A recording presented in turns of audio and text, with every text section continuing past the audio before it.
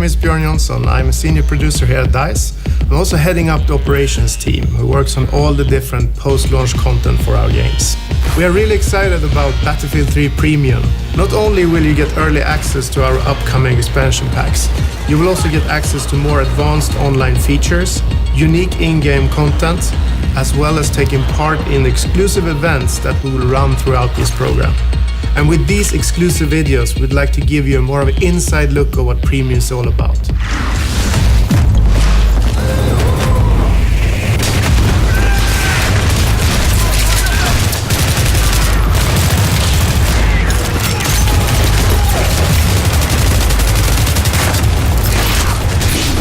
I'm Niklas Vigreus. I'm the lead designer for the DICE operations team, and I'm currently in charge of designing the X-Packs for Battlefield 3. I started at DICE in 2004 as an animator doing weapon animations for BF2, and since then I've moved on to design. The idea behind Close Quarters is to capitalize on what the Battlefield universe is. In 1 second you can be an infantryman running through a house, and in the next second you can be a pilot soaring through the skies in a jet fighter. So it has all these very exciting elements, and what we want to do with Close Quarters is to really capitalize on the infantry-focused, tight combat environment.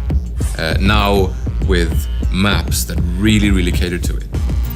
In order to enhance that, we've also introduced what we call HD destruction, which basically means that you can use only your rifle.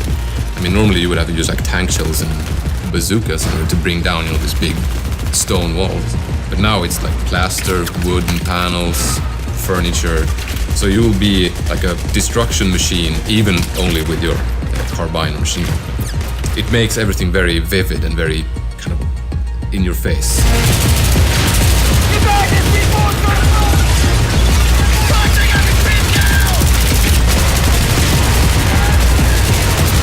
In Battlefield 3 Close Quarters, you get 4 new maps, all focused on the indoor battlefield and the close quarters experience. You also get 10 new assignments, which will allow you to unlock 10 new weapons. And finally, you get 2 new game modes, Conquest Domination and Gunmaster.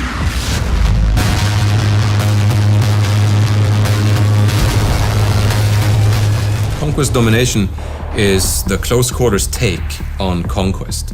You basically have less amount of flags with much quicker cap time. So flags tend to change owners very quickly, but also you have no safe spawns, you don't have any home bases. So it's really important that you keep control of these key areas.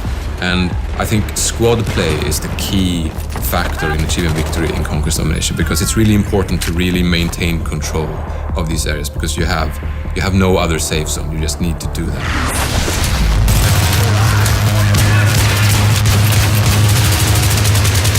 And then we have Gunmaster, which is a really action-packed jump in and play mode, which is actually a race, where you start out with a pistol.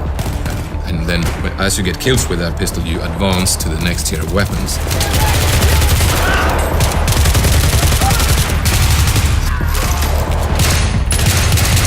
In order to win the mode, you need to go through the powerful weapons and ultimately win by getting a knife kill in the end.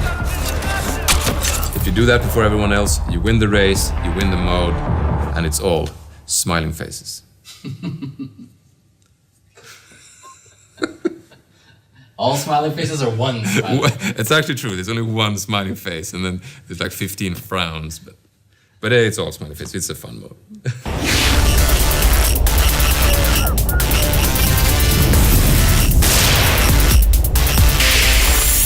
Zeba Tower is our smallest and most action-packed map. It's essentially a skybar on top of a skyscraper. It's based around the classic kind of horseshoe-shaped design that many Battlefield players know from Wake Island, but now in this condensed form, you can use that middle space to really flank the enemy, which is really exciting, especially since you have the 2-floor setup as well, so you can actually use the staircases to come up behind people who are guarding like the top floor. And we have some good sniping spots there. For example, you can have a good defensive position on top of the swimming pool area. That's a pro tip right there. It also has a lot of corridors and rooms with very thin walls. So what you can do is open up flanking routes by just actually shooting big holes in the walls. So you really need to find your spots if you're trying to play defensively. And if you're on the offense, you need to move very quickly because it's a small map, it's a lot of circulation, and a lot of action, so movement is key.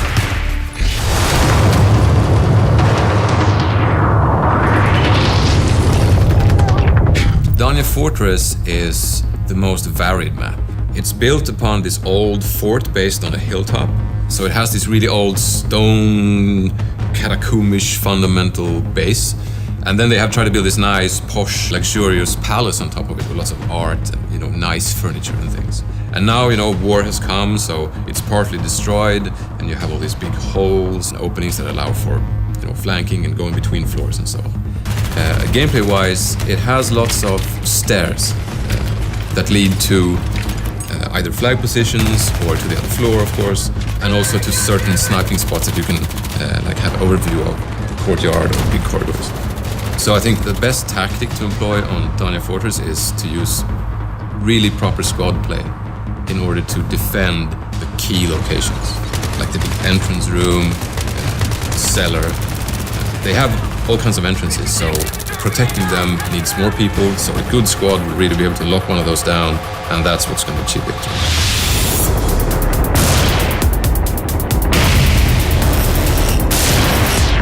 Operation 9 to 5 is our biggest and most destructible map, I would say.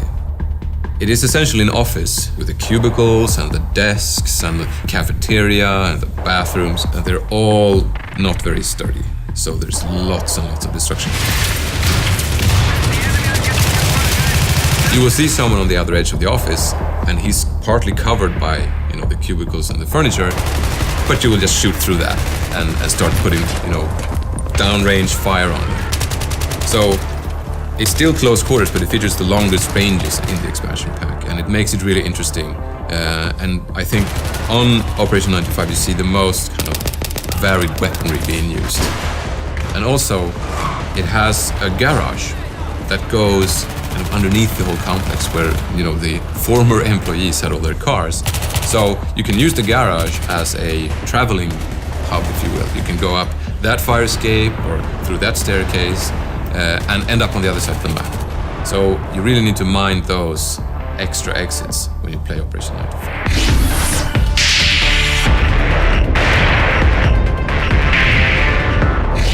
Scrap Metal is the most vertical map. It is an old factory. Parts of it actually so old that it's not being used anymore.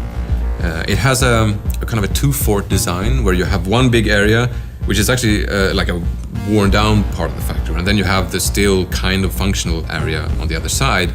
And the thing is, those two sides are connected only through pretty narrow passages. So keeping those under control is really, really key.